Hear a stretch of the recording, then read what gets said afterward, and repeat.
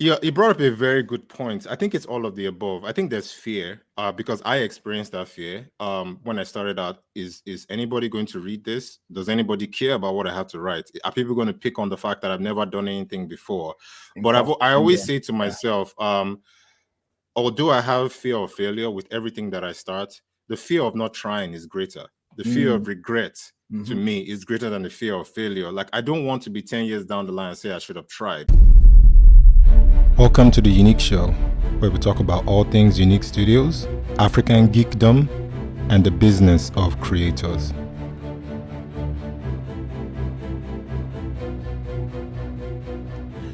Hello, beautiful people. Welcome to the YouNeek Show. I am Roye Okupe, CEO and lead writer at YouNeek Studios, co-host.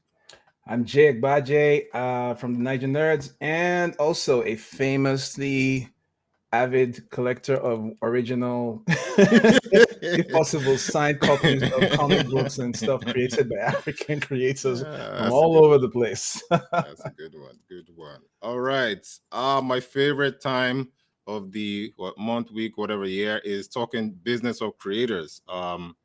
This is something that's very near and dear to my heart, obviously. So, co-host, what topic are we picking today to discuss?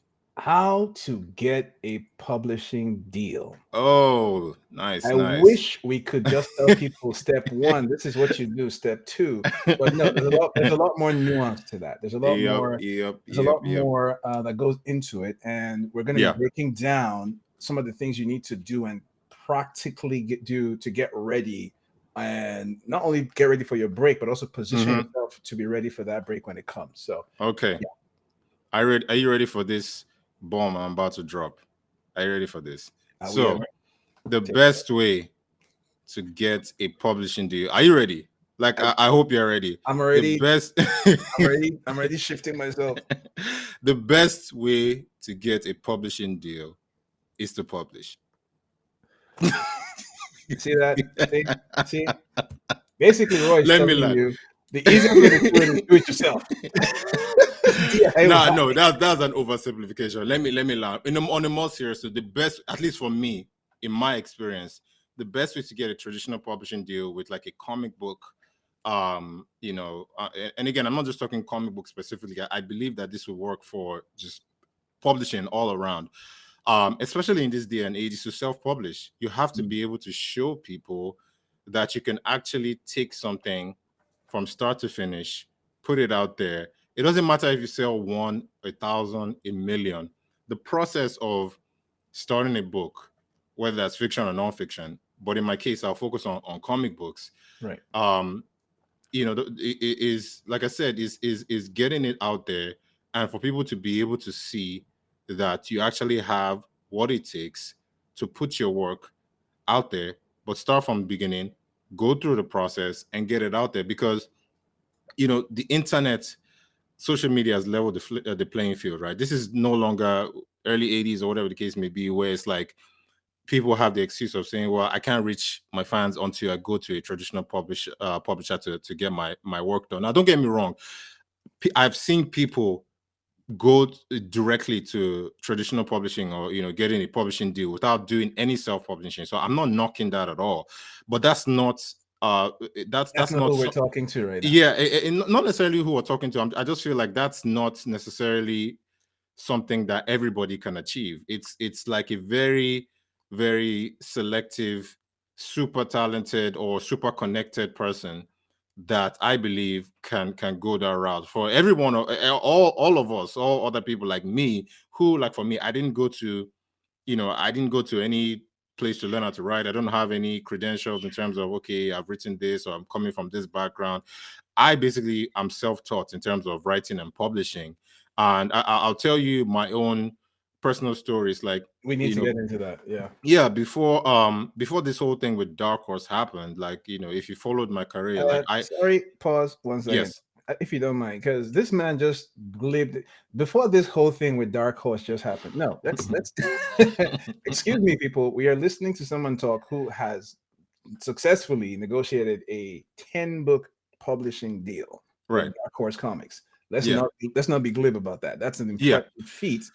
So yeah, before that great feat happened, Yes. carry on. And thank you for pointing that out, because I was getting carried away, without even telling people, okay, like I've actually, had the experience of Yeah, what getting are a your publishing credentials, deal. man? Why Yeah, should no, we that's listen right. to you? I know, right? But yeah, before all that, I started YouNeek Studios in 2015, and for me, I actually wanted to hire writers to write my stories for me, because again, I didn't have any credentials, so to Mm, speak, of writing. But I reached out to a couple of writers, everybody rejected me. I reached out to traditional publishers with my ideas, everybody rejected me. And at that point in time, I figured out that, well, the only way to do this is doing it myself. If nobody is going to give me a chance, I'm going to create a door for myself, open it, walk through, and then build my own table, so to speak. And again, Kickstarter again was very instrumental for me personally. I don't think I would be where I am today without that platform. I was able to go on there, raise funds for my first book, EXO: The Legend of Wally Williams, mm, have that be successful, and I use that model basically to create 10 other graphic novels over the last 5 years. And when I had that, and again, you don't have to wait till you have 10.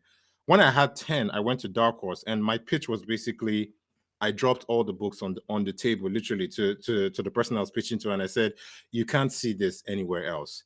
And for them, they were able to review my entire library, and it was a no-brainer for them, because it was like, this is a body of work here.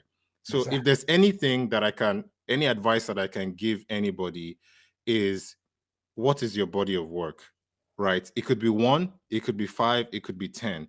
I wanted to build a universe before going out to anybody else. But if you can come up with a 30-page comic or a web comic, it doesn't even have to be in print. If you can put something out there that's 10, 15 pages, 20 pages, actually have a body of work that you can send out to people. Um, as opposed to, and I know traditional publishers, I know they take pitches like, okay, you know what, here's, 4 sample pages, here's the synopsis, here's that. Like, you can do that. But imagine if 100 people send in their submissions, right? And 90 out of those people are doing like 4 sample pages and synopsis, or whatever the case may be. And 10 people are actually sending like a 30-page completed comic with lettering, quality art, quality writing. Like, who do you think they're going to pay attention to first? It's the people with Exactly. exactly, it's Exactly. the people with the You body of know, work. why do you think some people do that though? I think do you think sometimes, because I've had cases where you wonder about that, like traditional route, or some Yeah. people scared of trying, or scared of failure, or scared of their idea being stolen, or whatever reason they may think Hmm. it is. Because let's be honest, it is a Yeah. flex, as some flex when you can show up in Yeah. front of